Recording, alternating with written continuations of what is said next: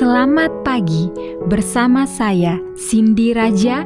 Mari kita awali pagi ini dengan semangat baru, motivasi hidup sehat dan inspirasi yang akan membawa kita lebih dekat kepada kebugaran fisik, mental dan spiritual.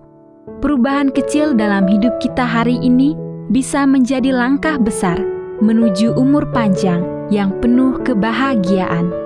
Bersama kita akan merangkul kisah kemenangan, wawasan menarik, dan kekuatan harian yang berakar pada kebesaran Sang Pencipta.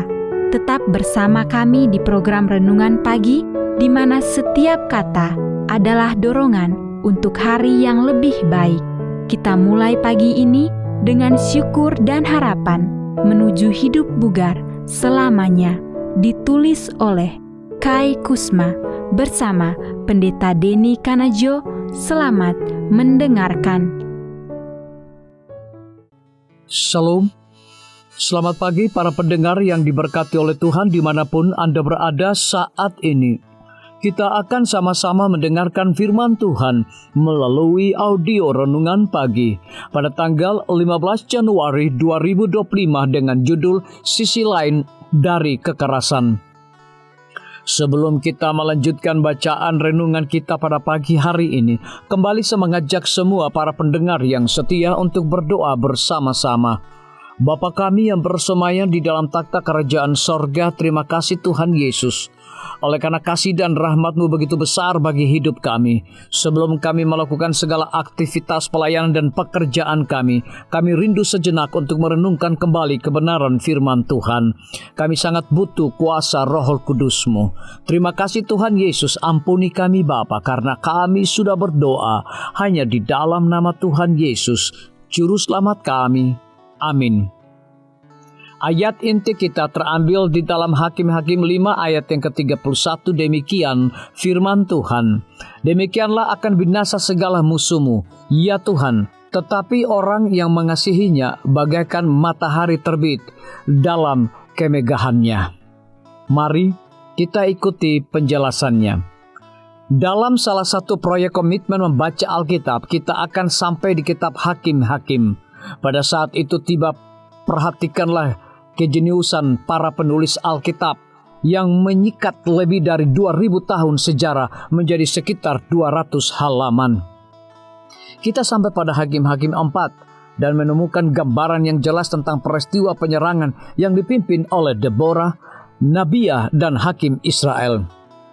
Sekali pasukan musuh berhasil dikalahkan, cerita berakhir seperti berita pukul 6.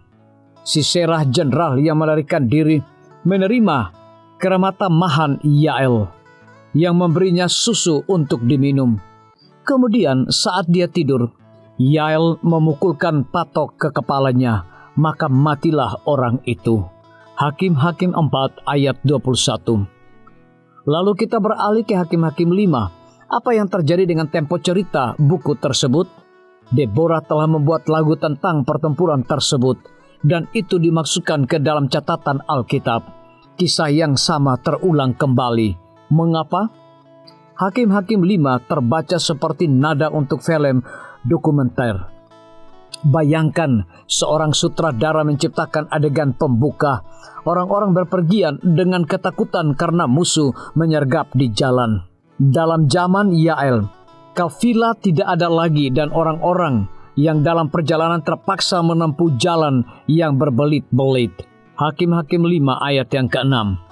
Bagi mereka, rekapitulasi datang dalam sebuah lagu yang puncaknya musuh dikalahkan. Namun pada akhirnya kita mendeteksi suatu figur baru. Deborah menciptakan adegan yang belum pernah disaksikan, namun bisa dibayangkan dengan hati seorang ibu. Di rumah Sisera, jenderal musuh, ibunya pasti sudah menunggu untuk kedatangan putranya. Deborah bernyanyi. Dari jendela ibu Sisera menjenguk dan berseru dari tingkap. Mengapa keretanya tak kunjung datang? Mengapa kereta-keretanya belum kedengaran? Ayat yang ke-28. Para putri menjawab, bukankah mereka mendapat jarahan dan membagi-baginya?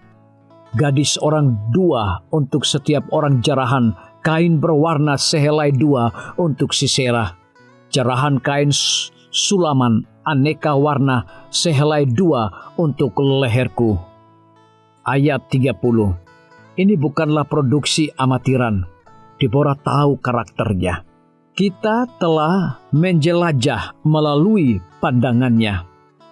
Penceritaan kembali ini layak untuk mendapat jedah dalam catatan Alkitab. Seperti yang diingatkan Deborah kepada kita tentang sisi lain dari kekerasan. Saat Anda mendengar berita-berita pada hari ini, berhentilah sejenak dan pikirkan kembali rasa sakit hati mereka yang kehilangan orang-orang terkasih karena kekerasan. Meskipun mereka mungkin adalah musuh. Biarlah bacaan renungan kita saat ini akan menjadi berkat bagi kita semua. Kembali saya mengajak semua para pendengar yang setia untuk berdoa bersama-sama.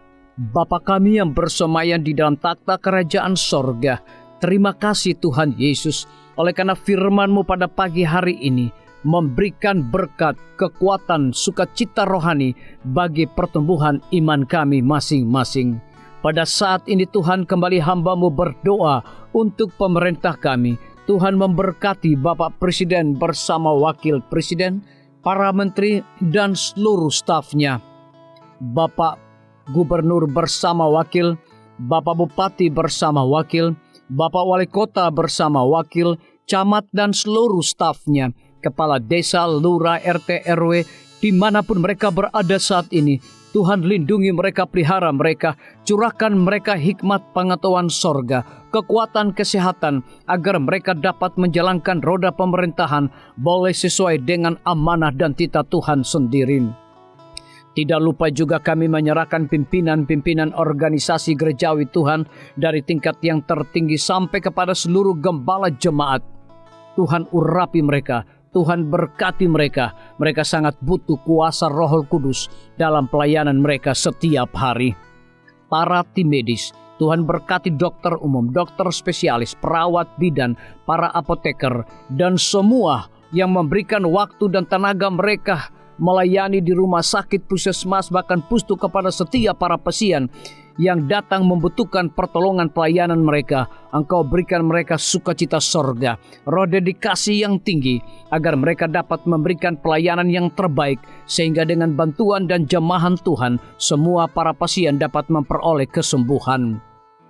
Guru-guru, kepala sekolah, setiap siswa, mahasiswa, dosen, rektor di setiap lembaga pendidikan swasta maupun negeri, Tuhan urapi mereka agar mereka dapat mendidik setiap siswa maupun mahasiswa untuk memiliki nilai-nilai religius di dalam diri mereka masing-masing.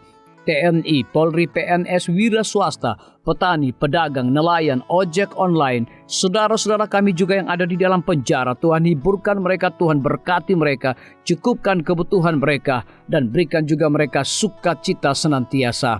Para pendengar yang setia yang berulang tahun saat ini dimanapun mereka berada, biarlah dengan bertambahnya usia yang Tuhan percayakan dalam hidup mereka, mereka hidup selalu bersyukur, berterima kasih, dan menjadi saluran berkat bagi sesama manusia. Yang berada di dalam kebimbangan ketidakpastian hidup, Tuhan juga berikan iman yang teguh kepada mereka. Terima kasih Tuhan Yesus, ampuni kami Bapa, karena kami sudah berdoa hanya di dalam nama Tuhan dan Juru Selamat kami. Amin. Demikian firman Tuhan yang telah kita dengarkan. Semoga hari ini menjadi berkat bagi kita semua. Sampai jumpa, Tuhan memberkati. Demikian firman Tuhan yang telah kita dengarkan. Semoga hari ini menjadi berkat bagi kita semua. Sampai jumpa, Tuhan memberkati.